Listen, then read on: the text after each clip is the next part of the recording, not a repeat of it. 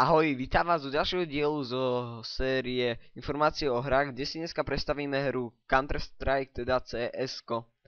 Je to 3D počítačová hra, ktorá je nadstavbou hry Half-Life od spoločnosti Valve Software a Sierra Studios. Táto hra sa môže smelo riadiť ku tzv. Kultovým hrám, ktorá vznikla v roku 1999. Najnovšia verzia je Global Offensive, ktorá vyšla v roku 2012 a tak pokročila od prvej verzii 1.0, ktorá vznikla v roku 2000. Základný princíp hry je veľmi jednoduchý. Na začiatku sa rozdvojite do dvoch tímov. Counter-terrorist, a to sú vlastne protiteroristické jednotky, a terrorist, to sú teroristi. V každom z týme si môžete vybrať 4 modely postav, ktoré sa odlišujú len vzhľadom.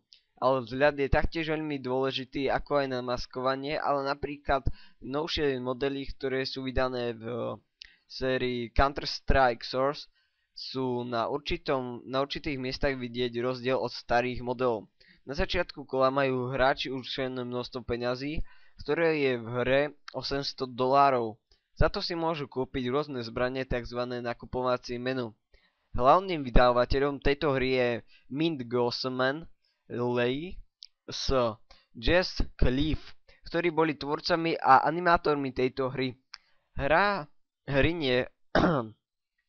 niektoré vlastnosti ako hádzanie granátov má rovnaké ako Battlefield a Call of Duty, ktorí sú medzi sebe konkurentmi.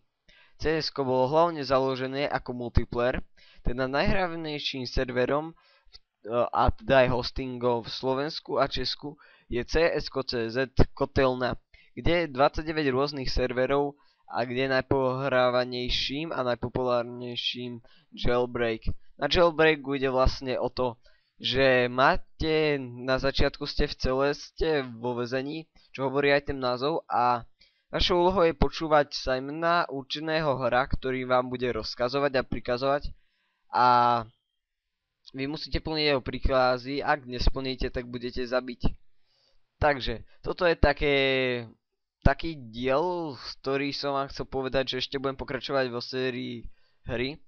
A teda dneska to bolo Counter-Strike, ktorý som aj ja dlho hrával, a musím vám odporučiť vážne Jailbreak, ktorý je na tom serveri Kotelna. Je to vážne výborný hosting, čo sa týka aj ostatných hier, ako je Minecraft a veľa verzií CSK. A dúfam, že sa video páčilo, ak hej, tak dajte like a odber, a ak nie, tak si môžete pozrieť nejaké iné alebo naučiť sa o Counter-Strikeu všetkovi. Takže ďakujem, ahoj. A ak nie, tak si môžete pozrieť nejaké iné alebo naučiť sa o Counter-Strikeu všetkovi. Takže ďakujem, ahoj.